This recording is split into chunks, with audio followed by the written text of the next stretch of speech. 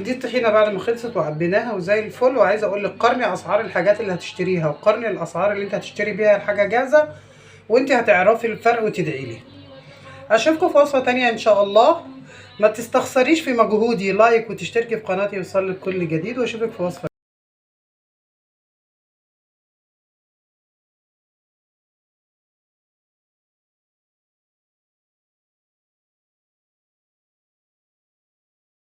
بسم الله الرحمن الرحيم.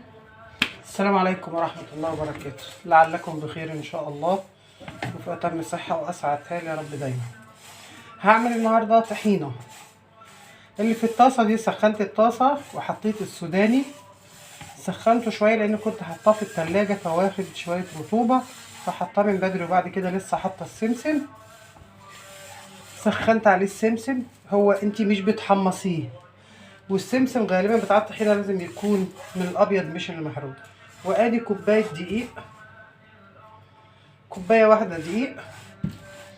برضو هنطلع منها الرطوبة لان الدقيق بنحطه في التلاجة عشان ما يسوسش، فالطبيعي ان انا اسخنه واطلع منه الرطوبة. طبعا السوداني سخن والسمسم سخن.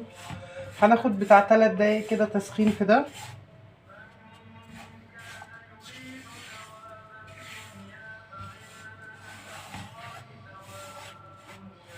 بحاول افرشها شوية على اساس ان هي يوصل كل القاعدة بتاعت الطاسة. الحقيقة كنت حطاهم في طاسة صغيرة بس حبيت احطهم في دي عشان اعرف اقلب فيها براحتي. كل شوية هجسها سخن ولا لأ، عشان لو لسه بارد مش هيطلع منه رطوبة. كده هو سخن وهسيبه في الطاسة شوية. اللهم صل على النبي. احسن هياخد سخونية الطاسة وهيبقى احسن، وكمان مش هيتلسع. هبدأ اخد الخلطة دي كلها واحطها في كبة الخلاط واطحنها، مش في الشفشة، في كبة الخلاط. وبعدين هوريكي ليه. لما هطحنها هتبقى عامله كده زي العجينه، بس هنا ما عملتش عجينه قوي لان السوداني قليل شويه، ما كترتوش. المره اللي فاتت كان كتير فكانت عامله عجينه، لان انت عندك السمسم فيه زيت والسوداني فيه زيت. فهكمل الباقي بسم الله الرحمن الرحيم. هحط كوبايه اللي هي انا عملت بيها المعيار بتاع الدقيق، كوبايه زيت، وهحطها في قلب الخلاط. على فكرة يعني انا قلت قبل كده ان احنا كلنا بنعرف نعمل كل حاجة، بس ممكن ما يكونش عندنا فكرة.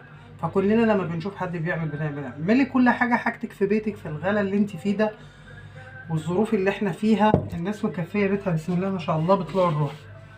فالحمد لله رب العالمين على كل شيء. مش هناكل ومش هنشرب والعيال مش هتاكل، كل ده هيحصل.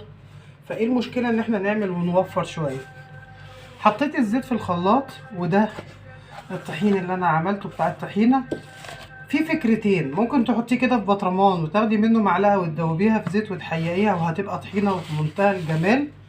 لو عايزه تخزنيها كده تحطيها في بطرمان وتحطيها في التلاجة بنفس الوصفه اللي هي فيها دي، بنفس الحاله دي. دي حاجه. الحاجه التانية عايزه تعمليها وتبقى جاهزه، تبقى عندك في البطرمان، تاخدي منها وتشكلي وتعملي على طول زي ما تحبي.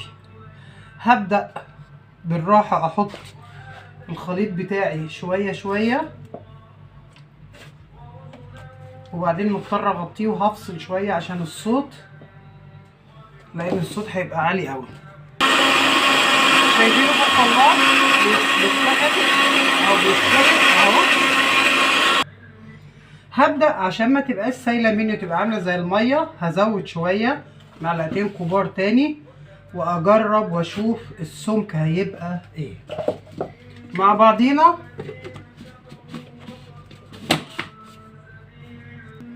حطينا بقيه الخليط وهنضربها ونشوف سمكها. طبعا مش عايزه اشغل الخلاط وانا بعمل، بس انا عايزه اوريكي السمك بتاعها. لو انت عايزه اخف من كده هتزودي زيت، بس مش هحط بالكوبايه، هحطه زي سرسوب كده زي ما دي نازله شويه شويه عشان ما سيلهاش، او هي لما بتقعد بتتخن شويه. هفضيها في بطرمان واركنها عندي ان شاء الله. بكره الجمعه بنفطر فول وطعميه وبطاطس محمره وجبن وبيض ان شاء الله من غير مقاطعه. ربنا يوسع عليكم جميعا. والفول بنحط عليه الطحينه وهي ضروريه بالنسبه لنا. هجيب البطرمان وهحاول افضي. على فكرة لو انت عايزة تزودي دقيق تاني كنت تقدري تزودي نص كوباية وتزودي نص كوباية زيت، ولكن هي السمك بتاعها ده كويس قوي. هما دول هيعدوا النص كيلو. اسألي كده بره النص كيلو طحينة بكام او الكيلو بكام. اسألي عشان تعرفي انت بتوفري قد ايه وبتدبري قد ايه في بيتك. ماشي. هصفي الشفشة. خلصنا الطحينة واهي، والسمك بتاعها كويس جدا زي ما انت شايفة. البطرمان ده المفروض يعني حجمه بياخد حوالي كيلو الا 150 جرام، 850 جرام. يعني قولي كيلو الا ربع، هيبقى 100 جرام لحد هنا، كيلو الا ربع. احسبيها كده كيلو الا ربع يطلعوا بكام، واسألي وقولي لي.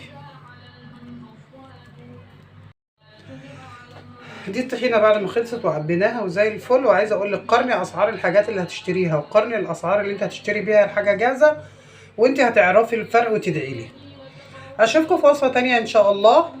ما تستخسريش في مجهودي، لايك وتشتركي في قناتي يوصلك كل جديد، واشوفك في وصفه